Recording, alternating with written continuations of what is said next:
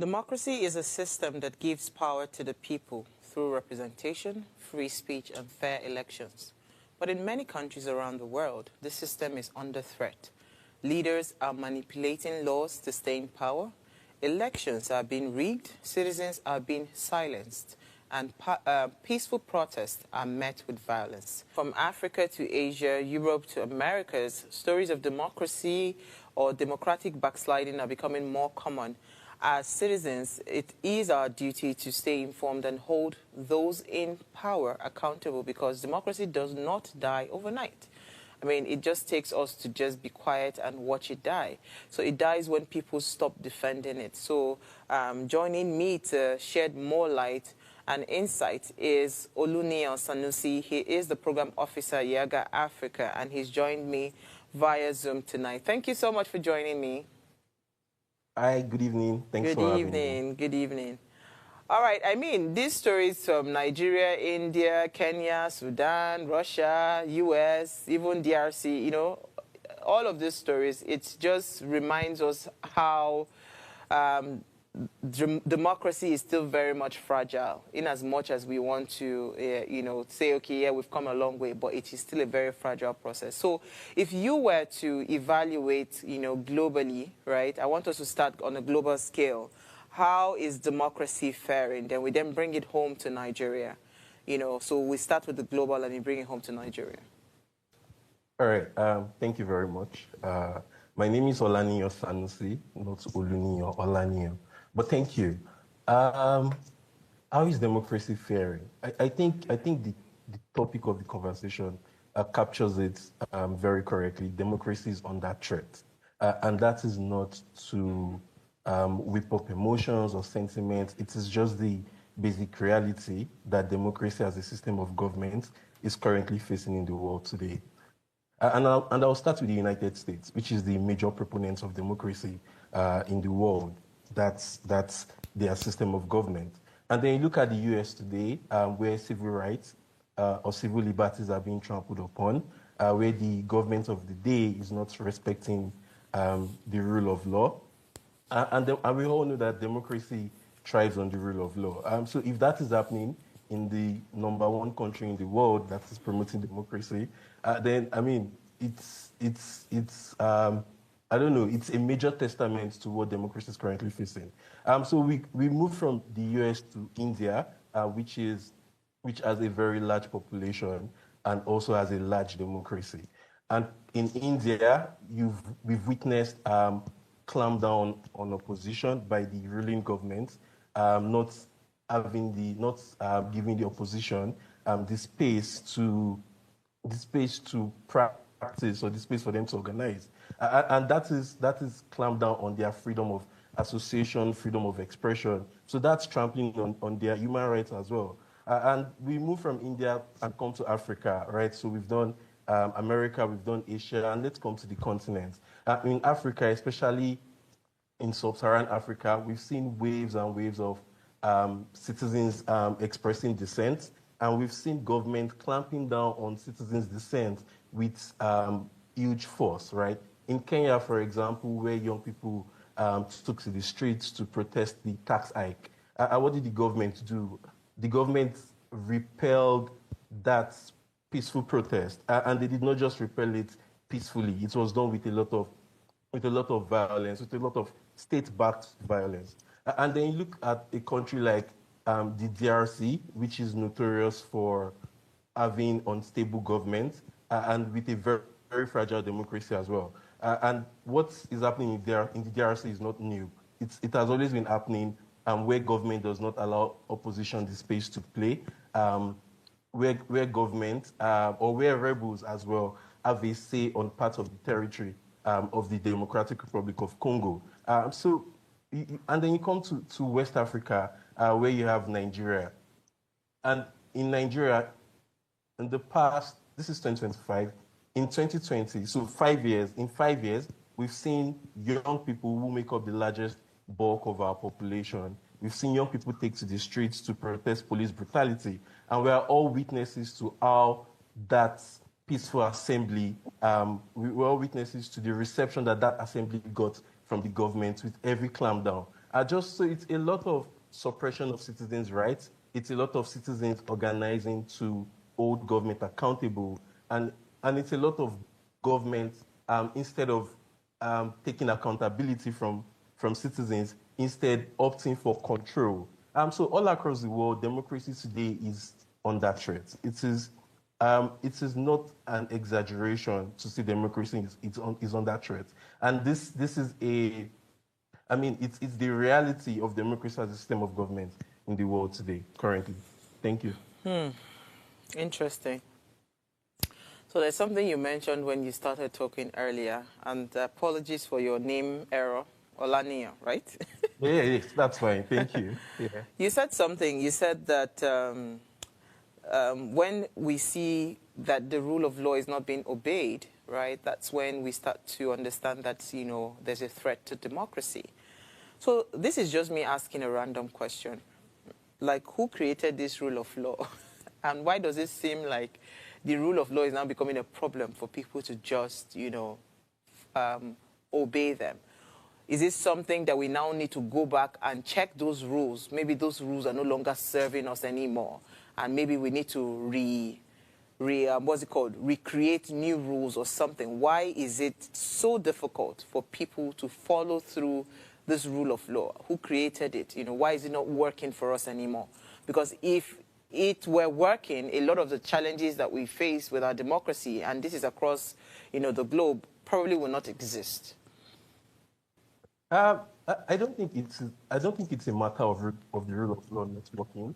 I think it is a matter of political actors who are meant to be guardians of this law, who are meant to operationalize this law, being the ones who are going or who are disrespecting the rule of law. So the people who are supposed to be in charge of it, who are supposed to safeguard it, are the ones disrespecting it, are the ones disobeying it and trying to tear it apart.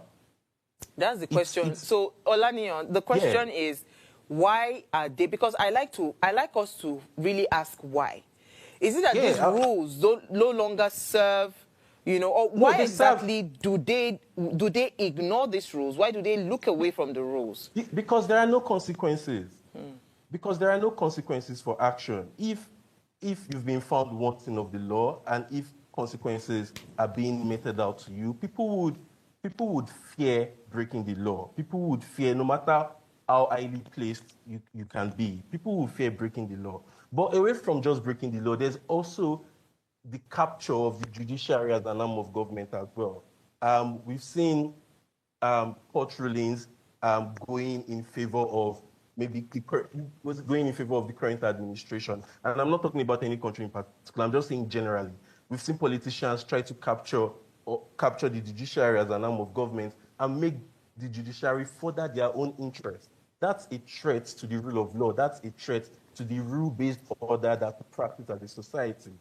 If there are no rules, if there's no rules-based order, then we're going to live in a society where anarchy thrives. And nobody wants to live in such a society, which is why democracy as a system of government, as the rule of law, where every citizen, regardless of status, regardless of class, have to obey to maintain the peace of the society.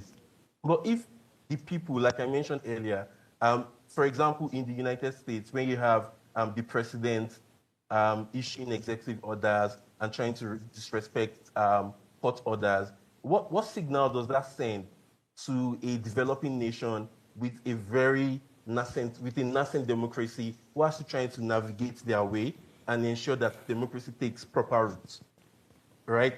So if the major proponent of the system of government is threatening that system of government itself, it sends wrong signal across the world, and it means that, maybe democracy is no longer the system of government that serves the needs of the people. But no, because as a people, we cannot practice, not that we cannot practice, the best form of government for us still remains democracy. And if democracy is not delivering currently, what needs to be done is for people to continue to defend it. Because if we lose it, if we lose this system of government, in Nigeria, we've practiced military system of government, and I'm sure people don't remember those days with a lot of fondness, right? So we've seen that happen. Pre-independence, we've practiced the monarchical system of government. where, and I'm sure people also would not remember or would not want to live in such a society, which is why it is very important for citizens to continue to defend democracy, to continue to use their voices But okay, to so hold government accountable. accountable. Olaniyan, sorry to Nia, sorry to cut you, right? But the thing about this defending of government, because even me, I'm tired. I've said to myself that, okay, is it possible that we are backing up the wrong tree by sticking to this democratic system of government? Maybe what will work for us would be something in between an autocratic and democratic government. So we create the kind of style that will work for the unique, what's it called, the unique structure of Nigeria. Do you get my point? Because now, we say defend, you say defend. You see, what I see the government do all the time, and the people in positions of leaders, right, leadership rather, when it serves them, they are democratic. When it does not serve them, they are autocratic, right?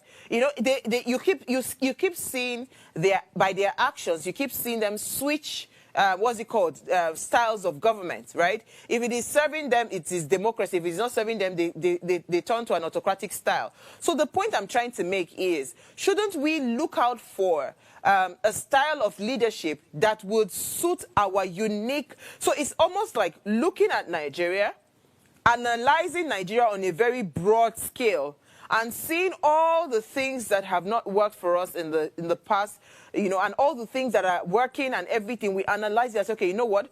I think with what we have on ground, right, this and this and this are the kind of structures that would work for us in terms of our governance style and our leadership style. Shouldn't that be what we should be looking for? Because it doesn't seem like, you know, you even have the capacity to be able to defend the democracy right now in Nigeria, because even with this conversation we are having, somebody can decide to send us a letter to say it's a cyberbully or something. They can just come up with something just because you're trying to shine the spotlight on the things that matter. So I think that is what years of hopelessness since we returned to democratic rule has done to our psyche as a people, where we start to think that, oh, maybe this is not even the system of government for us, where we start to think that we cannot even use our voice, and government will use state apparatus to shut us down. But the moment we give into that, then we've been defeated, right? So you mentioned finding a balance between autocracy and democracy. They are two distinct systems of government, and there's no way to find a balance. If the political actors in Nigeria today are practicing democracy to further their own interest over the interest of the people, and people start to talk, people start to make noise, people start to... I mean, I'm sorry, but for me, pre-2015, I've never seen this level of public accountability from Nigerians in government, or yes, for government. I've never seen this level. And that is to show the little progress. It might not be much, it is little, yes, I agree. But that's progress. If people are starting to pay attention to what really goes on in government, to what really these politicians who have been elected and given the mandate to serve the people are doing with the office. Again, earlier I mentioned that democracy comes with a promise of shared prosperity.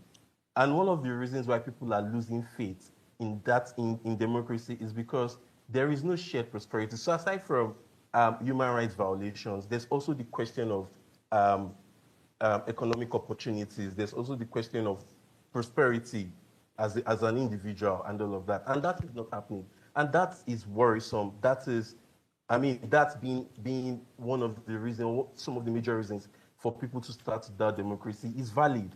But again, we've practiced other system of government in Nigeria.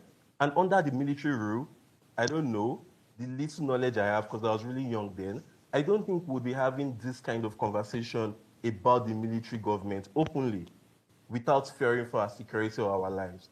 And that's just progress. That's a little progress, yes. But if you continue to Olaniyan, there are some things you can say now that you will be picked up. You can be picked up immediately. And we don't give up. Did you get what I said? There would also be public outcry, and there would be, yes, I heard what you said, but there would also be, we've also seen cases of public outcry that makes government rescind their decisions, haven't we? But We've we seen it. saw But if a you're journalist that did a video, like a song for, I mean, for a serving, what's it called, government official that was locked up, I think, for 2 years. What are you saying? See, Nigeria has faced serious threat to democracy over the years, but you see, with the recent event, it shows that things are even getting worse, right? Because there's a lot of attack on free speech. There's suppression of the opposition, right? The case of abuse of power is becoming a norm now. See what happened with the NSAS protest, where young Nigerians took to the street to demand, you know, an end to police brutality. Instead of listening, what did the government respond with, right? It led to a very tragic incident that led to the shooting at the Lekki toll gate. Till tomorrow, that toll is still locked for business transaction just because of that incident, right? I mean, the cases are very endless. 2024, Daniel Ojukwu was arrested for exposing misuse of public funds. Around the same time, I mean, I was the very first person that interviewed Dele Farotimi when he launched the book, Nigeria and the Criminal Justice System. It was from my interview. In fact, what I heard was my clip was played in court, right, where he was arrested after releasing that book. You know, because of the critical nature of the justice system, he is complaining that the entire justice system is completely comatose, right? I mean, these arrests, they all show you that this government prefers us to be quiet than to solve the problem. So the point I'm trying to draw out with all of this is that not a form of military dictatorship? Because if all of these things you're saying, okay, yes, there's a public outcry, why is there even an arrest in the first place? So I think maybe we started this conversation on a different note, because I think the idea is that democracy is perfect, and it is not. It is not, because if we keep saying, oh, democracy has taken all of these attacks, we've seen freedom of expression being disrespected, we've seen citizens being picked up for not committing any offense. It's not a perfect done to get it to a point where it protects our rights. We have to fight as a people, regardless of any system of government. Okay, I think we're having trouble with Olaniyan's what's it called, network. See, right now it seems like the country's courts are being used for political battles. I mean, if you listen to what the former President, Vice President Atiku Abubakar recently warned, he said that Nigeria's judiciary is becoming the biggest threat to democracy. He also said that democracy cannot work if people are punished for speaking the truth, if elections are not free, and of course, if justice is for sale. I mean, this is the thing, right? A lot of times people just feel like Nigeria is that place where I can do whatever it is I like. Then if you don't like it, I will come with you. I will come with you, come and attack you with the full arm of the law. I will come with the security agencies. I will do everything, because the power is a very suppressive kind of leadership. And that kind of leadership is, in my own opinion, is a military kind of leadership, right? You have no say, just obey. You know, you don't need to say anything. Do as I have said you should do. And, you know, it is now the battle of who know who. If you have a higher, superior person, then you can now be free. You can be safe. That's what's going on. But I hear that, Olaniyan, you're back. Sorry, we lost your connection for a bit. Please go ahead. So, yeah, I was talking about how democracy is not a perfect system of government, how we have to continue to work to get it to a place where it protects our rights and privileges in the country. If the political actors, if the actors are not sticking to the rules of the system of government and are just, abusing whatever privilege their office gives them, then the actors need to be changed. The actors should be changed, not the system of government. I think that's the argument I was making. Hello? Yeah, I'm with you. I'm listening. Okay, yeah. So that's the argument I was making. Democracy is not perfect. And regardless of any system of government, as a people, we need to always stand up for our rights. We need to always defend ourselves. We need to always hold any constituted authority accountable. So with that voice, we cannot give in and say, because in Nigeria today, there's no respect for the rule of law, there's no hope for the common man, and then we just give up. I mean, no, we can't do that. We need to ask questions, and we need to also show solidarity amongst ourselves, especially in a country like Nigeria where we are an heterogeneous country with different ethnicities. We need to show solidarity across the country, and just keep holding government accountable. All right. So let me just quickly give us some statistics so it will help us to understand that this challenge is not really unique to us. So in India, right, India is the world's largest democracy, but it is also facing serious problem under the Prime Minister Narendra Modi. Critics have been arrested, journalists have been raided, and activists have been jailed. You know, laws meant to fight terrorism are now used to punish people who speak out. There has been issues around internet shutdown. That has become very common, especially in regions like Kashmir. Opposition leaders are also often targeted by government agencies, making it harder for people to have a real choice, you know, during elections. Now, these actions, as you all know, would definitely weaken the very heart of democracy by making it risky for people to share different views. In Kenya, right, Kenya has been repeatedly attacked, right? Especially their democracy has been attacked, especially through police violence. Now, in June of 2024, protests that broke out in Nairobi over tax hikes. The protesters turned deadly when police shot at the crowd, killing at least 19 people and injuring many more.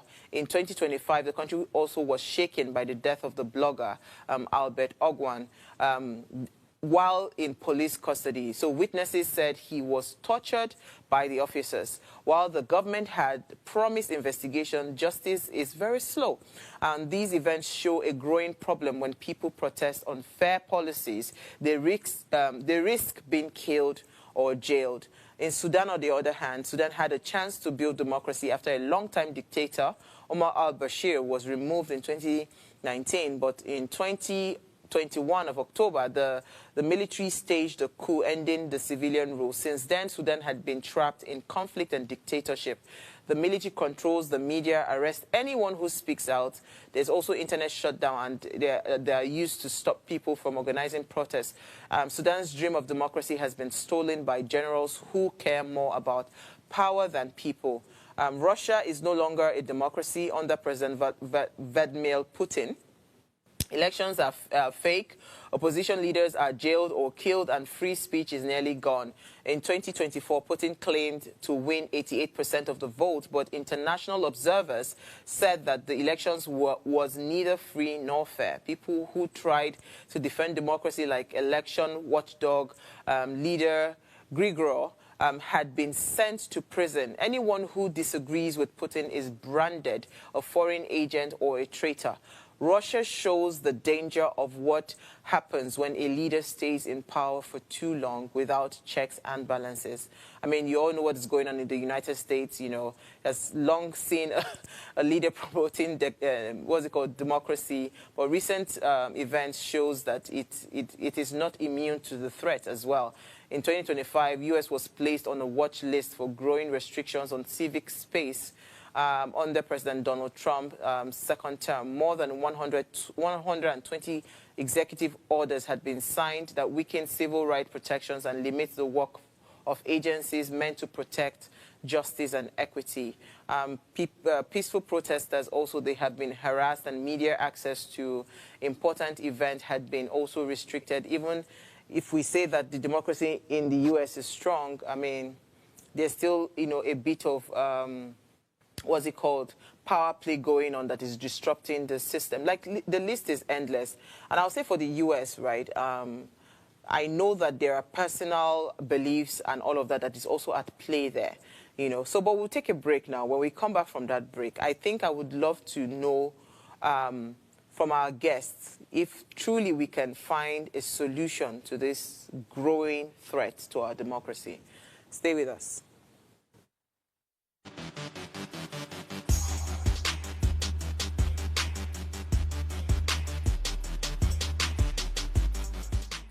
Thanks for staying tuned. Now, if you just tuned in, we're having the conversation, democracy under threat, and we're sharing stories from all over the world. Now, please, let's hear what you have to say. Send us an SMS or WhatsApp to 081-803-84663.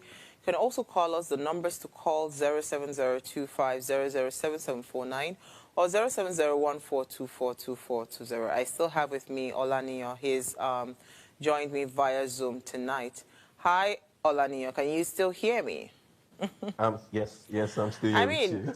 judging by what, I reeled out from different countries, Russia, the US, India, Nigeria, and all of that, I mean, one thing you would really agree with me on is that across all these countries, there is a very glaring abuse of power, suppression of the dissent. There's also citizens demanding better, and the government choosing to control over the, what's it called, just plainly being accountable instead of focusing on what is being said and solve the problem. You want to just, lord it over them. So, I mean, let's look at it critically, right?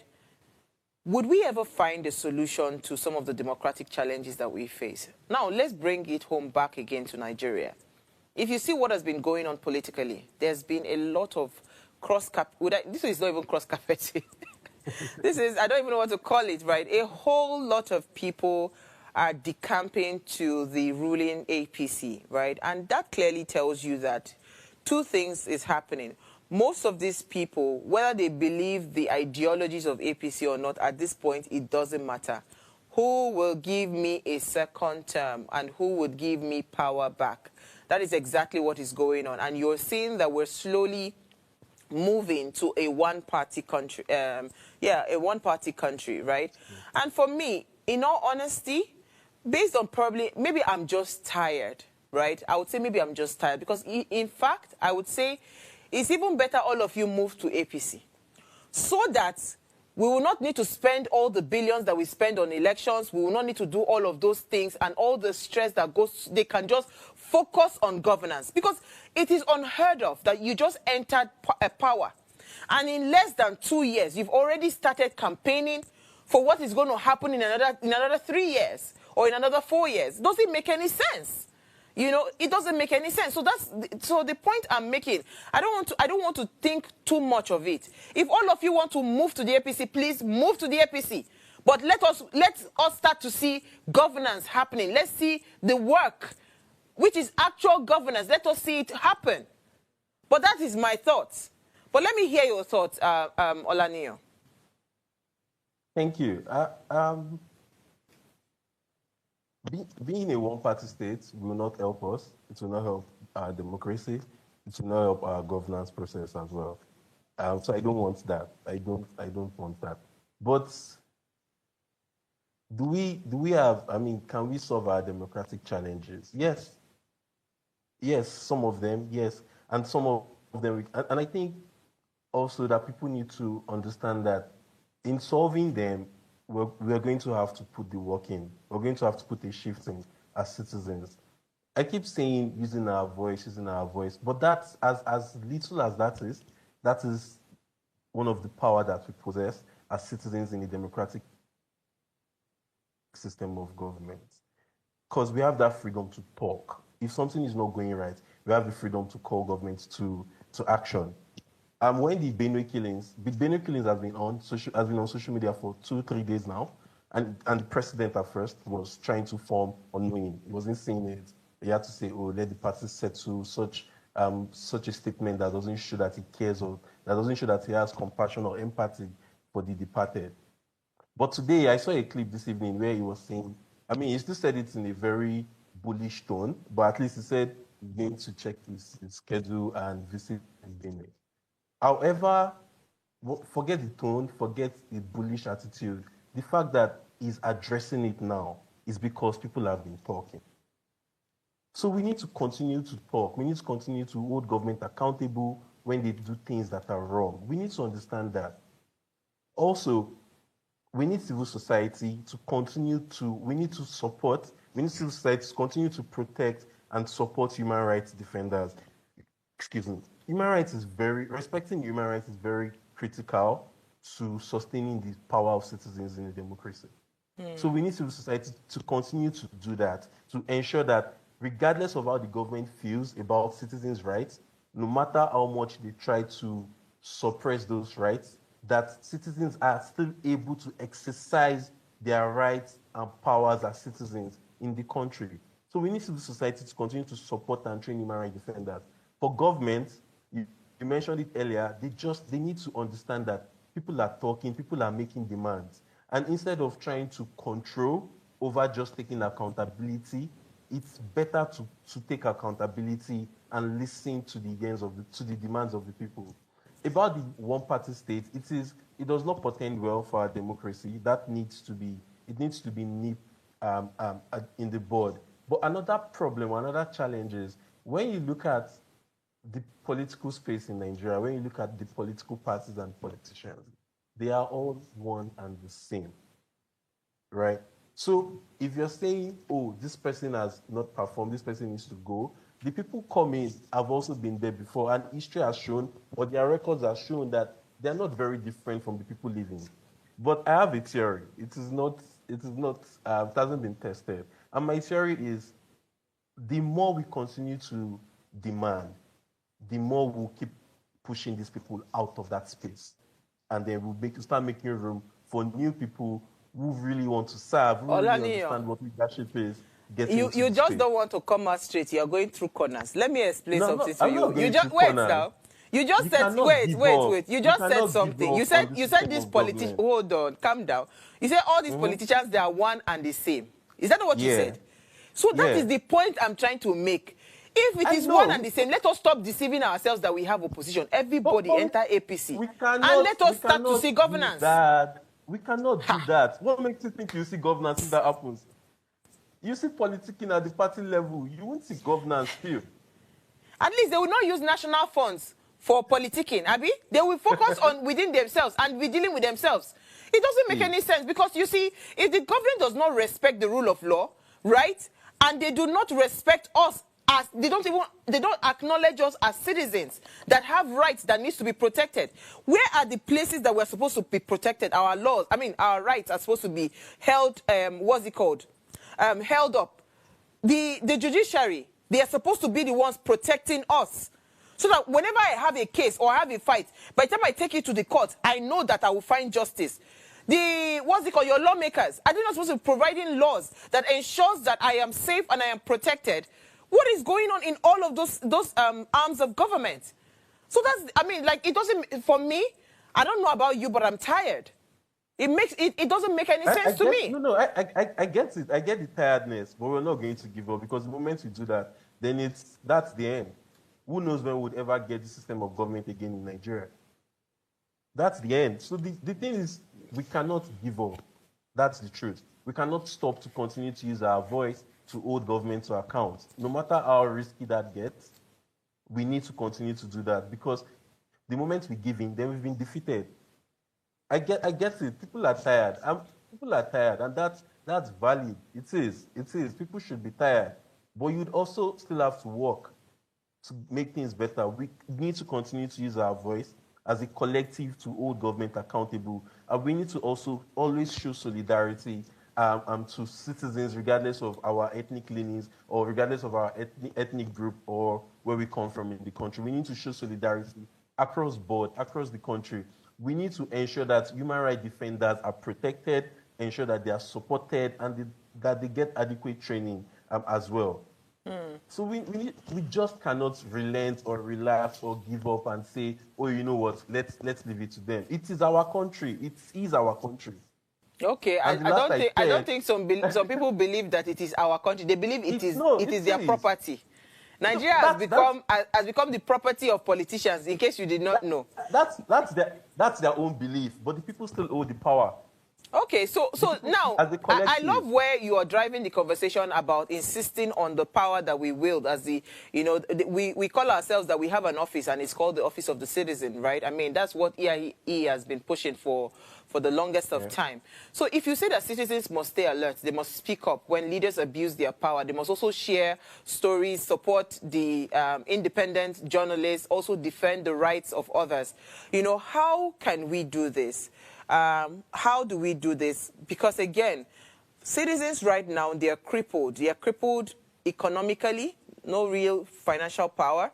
They're also crippled intellectually, right? A lot of citizens are ill-informed, or, they're not particularly literate in conversations around nation building and governance and leadership and all of that. So how do you think it's going to be effective if you're dealing with this two crop of citizens, and that is the majority, that we have?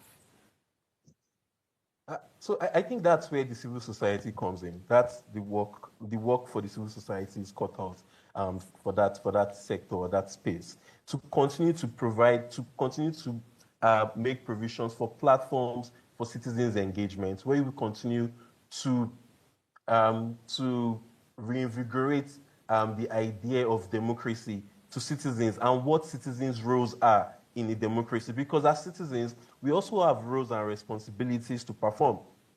It's not just left to government to just lead. No, citizens also have roles and responsibilities to perform in a democratic system of government. And we need to keep educating citizens on that, not just about the power that we wield, but also our civic rights, our civic responsibilities. Participation is key.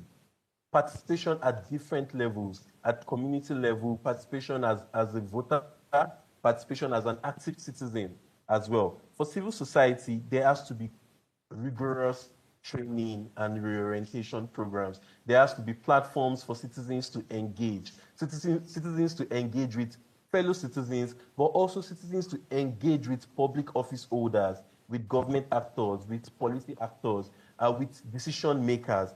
Civil society has to continuously provide that platform while we also continue to promote political education, voter education in the country. Because the more people become aware of their roles, their responsibility, their rights, the power that citizens possess in a democratic system of government, the more our voices will become stronger, the more politicians or political actors will start to have serious thoughts about the land, right? So that education needs to happen. Civil society has that work cut out for them. Continue to provide platform for citizens to engage public office holders, to engage decision makers, provide spaces for citizens to participate in the political process, educate citizens, massive political voter education, civic education, for citizens to understand what it means to live and exist in a democratic system of government. Okay, so Olaniyan, Sanusi, all these things you have said, what is now left for the National Orientation Agency to do? I said the civil society. I did not mention the government agency. I mean, I'm sure they have their. Wait, do you know why I ask you this question? Because this is what we've done over the years. We see why. The point is there is a National Orientation Agency that is meant to do some of this sensitization, education, training, and retooling. Right? Why are they not doing it? Then if the agency is not doing it, the agency should be shut down. If the agency is not doing it, before shutting it down, civil society organizations can also design interventions where they co-opt the agency as partners, right? As collaborators in this reorientation exercise. So yes, maybe the agency, that is you assuming that this orientation agency truly wants to help to educate the citizen. That is you assuming. But at least, I mean, if we don't try, you're not going to find out. If you don't try, we're never going to find out. I'm just saying, as part of the civil society, as part of the work cut out for the civil society, we can also find ways to partner with the agency.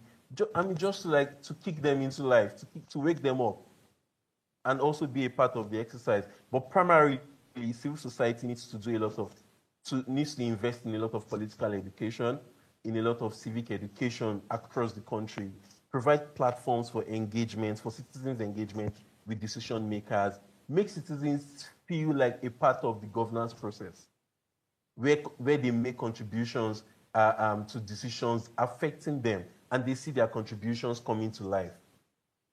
Okay, so that would start to increase the trust in democracy, or rebuild the trust in democracy. So if you had one final thing to say, who would you address it to, and why are you addressing it to them? Okay, can I have more than one? Oh, To go address it? ahead. Oh, okay. So first, I would address citizens. I mean, fellow Nigerians, because I know it's tough. I'm a young man. I'm a young man in Nigeria, and I know it's very tough to be in Nigeria and today, especially living in Nigeria. And when we look at how our government does not even regard us and our democracy that promised a lot when we returned to the system of government in '99 has not delivered. I would say to fellow Nigerians not to give up, not to give up hope, not to give in to the antics of politicians who seem to have captured the state. I would say we should continue to use our voice. I love what young people do with social media platforms or mediums in Nigeria. I like how when everybody decides to speak with one voice on social media about a national issue, I like how we always stay on course. And that is what I want to see more of that going into elections, after elections. I want to see that active participation. I want us to maintain that momentum and even increase it. So let's continue to use our voice as citizens to hold government accountable. To the government, to government, I think, but to them, I would say you need to listen to the people. You need to feel the pulse of the people that you lead. The government is not more powerful than the people. The government is not more powerful than the people. If the people rise as one and unite as one, no government can stop them. So I need the government to listen to the people. Instead of control, do you want to reflect and then take action? I mean, take action on programs or take action that reflects the needs of citizens that you lead.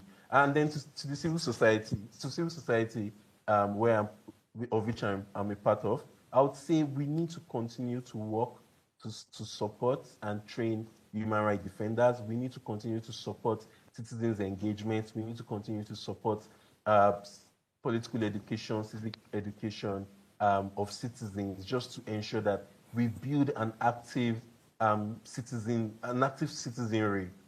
in the country, and that would help our governance process a great deal.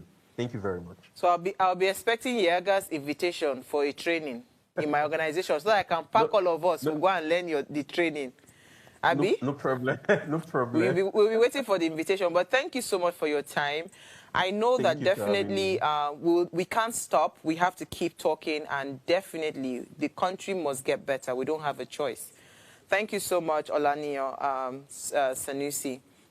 All right, so citizens, I'd say that we must stay alert, speak up.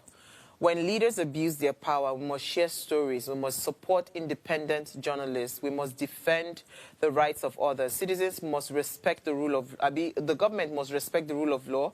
You know, they have to stop all the violence. They have to stop all of those things, you know, that they are doing. As Olaniyan said, you know, the civil society groups, yes, keep on educating and helping to train and upskill this citizenry so that we start to know what is required of us. The fight for democracy is not just a struggle, right? It's not a national struggle. It's a global one. Whether you are in Nigeria, you're in Russia, you're in Kenya, you're in the US, you know, people are risking their freedom to demand for justice, fairness, and accountability. Their stories are a reminder that democracy must be protected. And it's not going to be by politicians, but by the everyday citizen, everyday people. And because once lost, the road back to democracy might really be long and painful. So it's important that we understand the critical nature and the fragile nature of our democracy and not stay quiet. Everybody's afraid. I keep getting calls all the time. Oh, well, be careful, be careful, be careful. But we can all be afraid. At some point, we need to be intentional about saving our country beyond us, beyond personal interest, beyond personal gains. Thank you so much to our guest, Olaniyan Sanusi, for joining us, and thank you to you for watching.